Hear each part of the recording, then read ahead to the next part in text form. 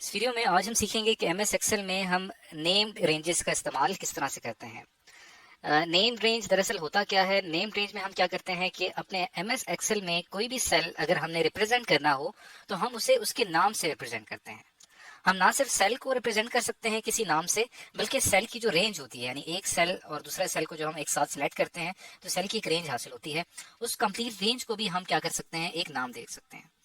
और ये रेंज के जो नाम है इन्हें इस्तेमाल किया जा सकता है फार्मूलाज में। फॉर एग्जांपल, जैसे कि हमारा एक फार्मूला है परसेंटेज फाइंड आउट करने का। इस फार्मूले में आप देखें कि एक सेल है हमारे पास जिसका एड्रेस है C10।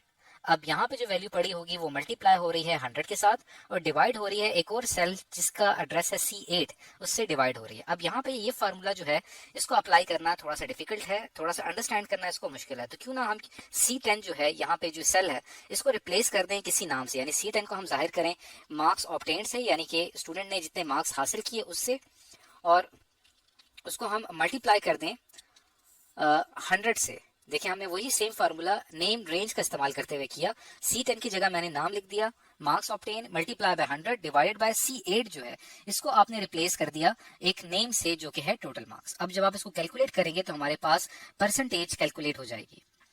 अब इस चीज को थोड़ा सा प्रैक्टिकली समझने के लिए हम इस डायग्राम को देख लेते हैं। यहाँ पे आप देखें कि यहाँ पे मल्टीपल सेल्स हैं। यहाँ पे जो मैं सेल रेंज की बात कर रहा हूँ उसका क्या मतलब है, जैसे कि आप देखें कि यहाँ पे ये वाला जो सेल है इस सेल का एड्रेस क्या है, क्योंकि ये सीथ कॉलम में है और इसकी रो जो है वो 2 है तो इसका एड्रेस है C2। इसी तरह C2 से लेकर यहाँ पे जो आखिरी इसका सेल है जहाँ पे ये वैल्यू लिखी हुई है, जहाँ पे सेल्स की वैल्यू लिखी हुई है, इसका एड्रेस बन जाएगा C11। तो इसकी रेंज बनती है हमारे पास C2 से लेकर C11 तक। अब C2 से लेकर C11 तक की जो ये रेंज बनती है, इस रेंज को हम नॉर्मली इस तरह से शो करते हैं, यानी C2 कॉलन C11। लेकिन मैं चाहता हूं कि मैं इस पूरी रेंज को इस तरह से शो करने की बजाय इसको किसी नेम से शो करूं। जैसे यहाँ पे मैं इस मुकम्मल जो हमारी जो रेंज है इसके लिए मैं एक नाम रख लेता हूँ सेल्स का। तो जब कभी भी फार्मूले में मुझे इस रेंज का इस्तेमाल करना पड़ेगा तो मैं इस रेंज को इस तरह नहीं लिखूंगा बल्कि उसके नाम से इसको जाहिर करूंगा। इसी तरह सेम केस यहाँ पे जो डेट दी हुई है इसको भी हम मुकम्मल यहाँ पे तमाम सेल सेलेक्ट करके इस पूरी रेंज को, सेल रेंज को डेट के नाम से जाहिर कर सकते हैं। और इसी तरह यहाँ पे जो अगला कॉलम आपको नजर आ रहा है सेल रिप्रेजेंटेटिव का, यहाँ पे जितने भी नाम लिखे हुए हैं इन तमाम को भी हम सेलेक्ट करके नाम दे सकते हैं। अब ये तो एग्जाम्पल्स थी, यहाँ पे हमने सेल रेंज को समझ लिया। अब हम क्या करते हैं, इसकी प्रैक्टिकल एग्जाम्पल करके देखते हैं। अब यहाँ पे हम एक प्रैक्टिकल एग्जाम्पल करके देख लेते हैं।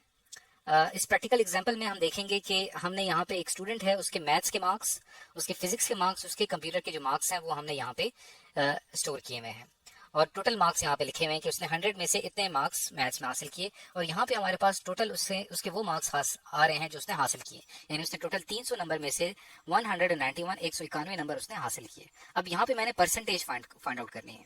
तो परसेंटेज फाइंड आउट करने के लिए हम क्या करेंगे कि नेम रेंज का इस्तेमाल करेंगे, या हम सेल को एक नाम देंगे। यहाँ पे जैसे यहाँ पे आप देख सकते हैं कि ये वाला जो सेल है जहाँ पे हमारे pass marks, total marks obtained आ रहे हैं, यहाँ पे इसकी वैल्यू आ रही है 191 और इस सेल का एड्रेस क्या है, क्योंकि ये F कॉलम में है और इसकी जो रो है वो 8th है तो इसका एड्रेस आ जाएगा F8।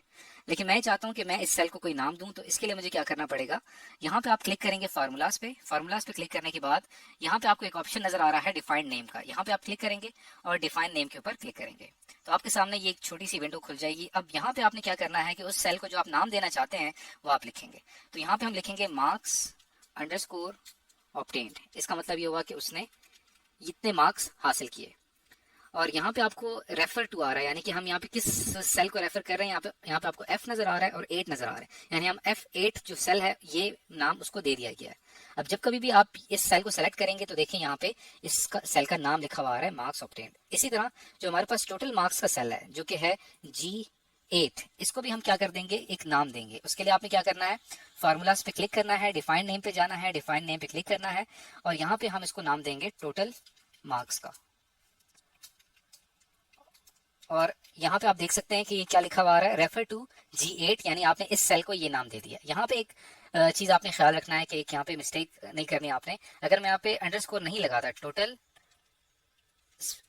टोटल स्पेस मार्क्स, अब अगर मैं इसको ओके करता हूं तो यहाँ पे हमारे पास एरर आ जाएगा, जो कि उस को नाम देने का जो सिंटैक्स है, जिसका रूल है, वो यहाँ पे वायलेट हो रहा है, वो यहाँ पे हम फॉलो नहीं कर रहे। तो यहाँ पे वो हमें क्या कह रहा है कि आपने यहाँ पे क्या करना है कि अंडरस्कोर का इस्तेमाल करना है, यानी कि हम यहाँ पे स्पेस नहीं दे सकते। तो यहाँ पे हम लिखेंगे टोटल अंडरस्कोर मार्क्स अब जो है ये हमारा नेम एक्सेप्ट हो जाएगा इस सेल के लिए। अब देखिए जैसे ही मैं यहाँ पे क्लिक करता हूँ तो यहाँ पे टोटल मार्क्स लिखा हुआ है। अब यहाँ पे हम फार्मूला अप्लाई करेंगे। इस सेल में मैं चाहता हूँ कि मेरे पास वैल्यू आ जाए इसकी परसेंटेज की, तो यहाँ पे आपने इक्वल का साइन लगा दिया और अब आपका फार्मूला जैसे कि आप देख सकते हैं, ये हमने इस सेल को सिलेक्ट किया तो मार्क्स ऑब्टेन्ड आ गया। उसके बाद हमने इसको मल्टीप्लाई करना है 100 से और फिर हमने क्या करना है, इसको डिवाइड कर देंगे हम। यहाँ पे मैं टोटल इस सेल को सेलेक्ट करूंगा तो देखिए यहाँ पे टोटल मार्क्स आ गया। तो यहाँ पे हमारा ये फार्मूला कुछ इस शक्ल में आपके सामने आ जाएगा। अब जैसे यहाँ पे आप एंटर प्रेस करेंगे तो आपके सामने परसेंटेज आ जाएगी कि इस स्टूडेंट के 63% मार्क्स हैं। तो यहाँ पे आपने ये जो चीज़ सीखी है वो ये सीखी है कि हम सेल को कोई नाम देकर उसे हम फार्मूलाज में इस्तेमाल करते हैं तो वो फार्मूला ज़्यादा रीडेबल होता है और उस फार्मूले को समझना ज़्यादा आसान होता है।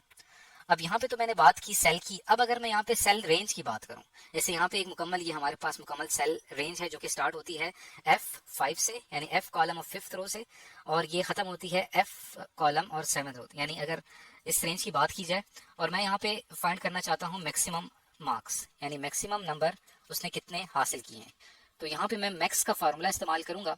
लेकिन यहाँ पे आपने क्या करना है कि इस रेंज को आपने एक नाम दे देना है। तो आपने सेलेक्ट कर लेनी है सेल रेंज, उसके बाद आपने डिफाइंड नेम पे जाना है और इस सेल रेंज को आप एक नाम देंगे जो कि स्टार्ट होती है, जैसे कि आप देख सकते हैं F5 से लेकर F7 तक। इसको मैं नाम दे देता हूँ मार्क्स रेंज का और मार्क्स अंडरस्कोर रेंज। उसके बाद आपने यहाँ पे ओके पे क्लिक कर दिया। अब देखिए यहाँ पे मुकम्मल इस रेंज को मैं सेलेक्ट करता हूँ फ्रॉम F5 टू F7। तो देखिए यहाँ पे नाम लिखा हुआ आ रहा है कि ये पूरी रेंज जो है मार्क्स रेंज को जाहिर कर रही है। अब मैंने मैक्सिमम मार्क्स फाइंड आउट करने हैं तो यहाँ पे मैं एक फार्मूला अप्लाई करता हूँ मैक्स का और ब्रैकेट, और यहाँ पे अब मैं मुकम्मल रेंज लिखने की ज़रूरत नहीं है। जैसे कि हमने यहाँ पे डिस्कस किया था कि हम रेंज को इस तरह से लिखते हैं। यहाँ पे आपको रेंज पूरी लिखने की ज़रूरत नहीं है। आपने क्या करना है, मुकम्मल रेंज सेलेक्ट करनी है और यहाँ पे इस रेंज को जो आपने नाम दिया था वो आपने लिखना है। इस रेंज को आपने क्या नाम दिया था, मार्क्स, बल्कि इस चूंकि हम यहाँ पे फार्मूला लगा रहे हैं तो पहले आपने यहाँ पे इक्वल का साइन लगाना है और फिर आपने लिखना है यहाँ पे मैक्स का फार्मूला लगाना है, ब्रैकेट। ब्रैकेट के बाद आपने रेंज को नाम दिया था मार्क्स रेंज का। तो अब देखें जैसे यहाँ पे मैंने मार्क्स रेंज लिखा तो यहाँ पे ये रेंज सेलेक्ट हो गई। अब जैसे आप एंटर प्रेस करेंगे तो यहाँ पे देखें वैल्यू क्या आ गई 68, यानी यहाँ पे मैक्सिमम वैल्यू कैलकुलेट होके आ गई। अब आप देखें तीनों वैल्यूज में से जो मैक्सिमम वैल्यू है वो है 68, तो 68 यहाँ पे सेलेक्ट होके आ जाएगा। तो इस तरह से आपने क्या किया कि पूरी रेंज को नाम दे दिया था मार्क्स रेंज का, उसको आपने फार्मूले में इस्तेमाल किया और आपके पास रिजल्ट आ गया। तो इस तरह से आप क्या कर सकते हैं कि MS एक्सेल में सेल को या पूरी एक्सेल रेंज को नाम दे सकते हैं। तो इस वीडियो में आज हमने सीखा कि MS एक्सेल में जो नेम रेंजेस होती हैं या जो सेल नेम होता है वो हम किस तरह से देते हैं।